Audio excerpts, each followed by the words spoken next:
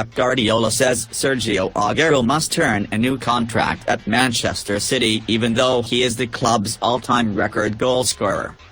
Aguero, to return from a 4-month spell out with injury in Saturday's 1-0 win over Arsenal, has entered the last 12 months of his existing deal.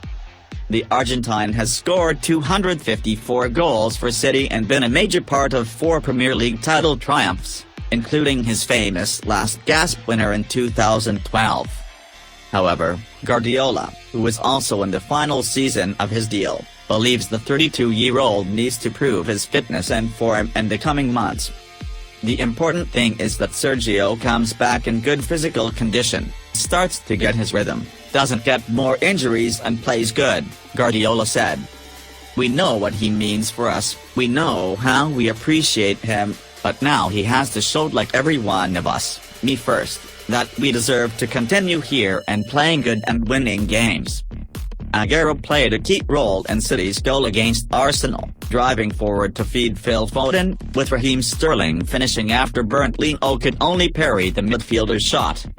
But he was also involved in a moment of controversy in the second half when he put his arm on the shoulder of assistant referee Son Mazzielis. The image provoked a wave of criticism of the striker, but Guardiola defended his players' actions. "Come on guys. Sergio is the nicest person I ever met in my life," he added. "Look for problems in other situations, not in this one." Atletico Madrid has updated the medical report of Diego Costa's injury and the striker has pulled his left thigh. His availability is subject to his progress, but he could miss up to 6 matches. Diego Costa had to be substituted in the match against Celta when he held his thigh in pain after a sprint.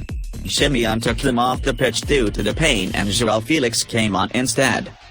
This is an important injury for Atletico, who have quite a loaded month like all the clubs starting in the European competitions.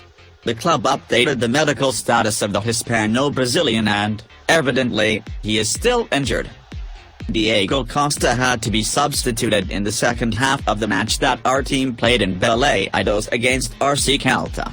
The forward has undergone tests at the Clinic Universidade de Navarra which have determined that our striker has suffered a muscular injury to his left thigh.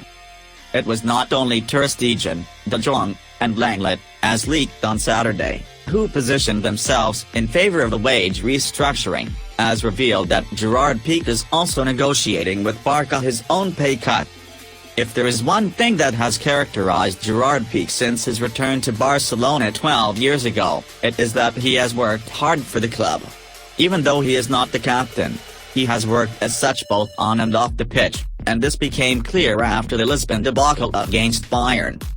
Since then, the centre-back has opted for a low profile to facilitate Ronald Koeman's arrival.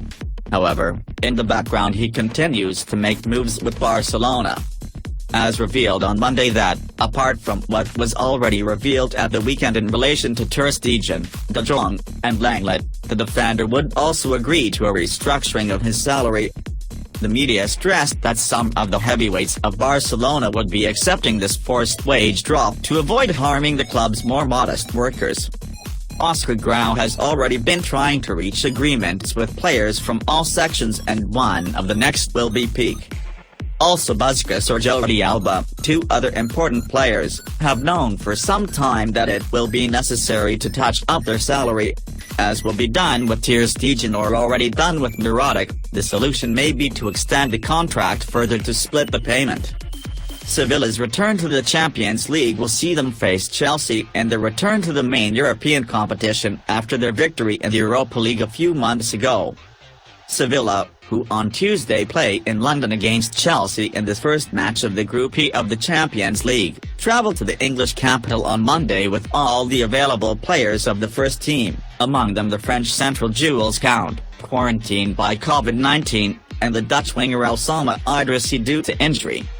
Koundé is in quarantine because he tested positive after his stay with the French under-21 team, and Idrissi, one of the last reinforcements of the team in the recently concluded period of transfers, arrived with a physical injury, so both were already out on Saturday in the defeat suffered in Granada, 1-0.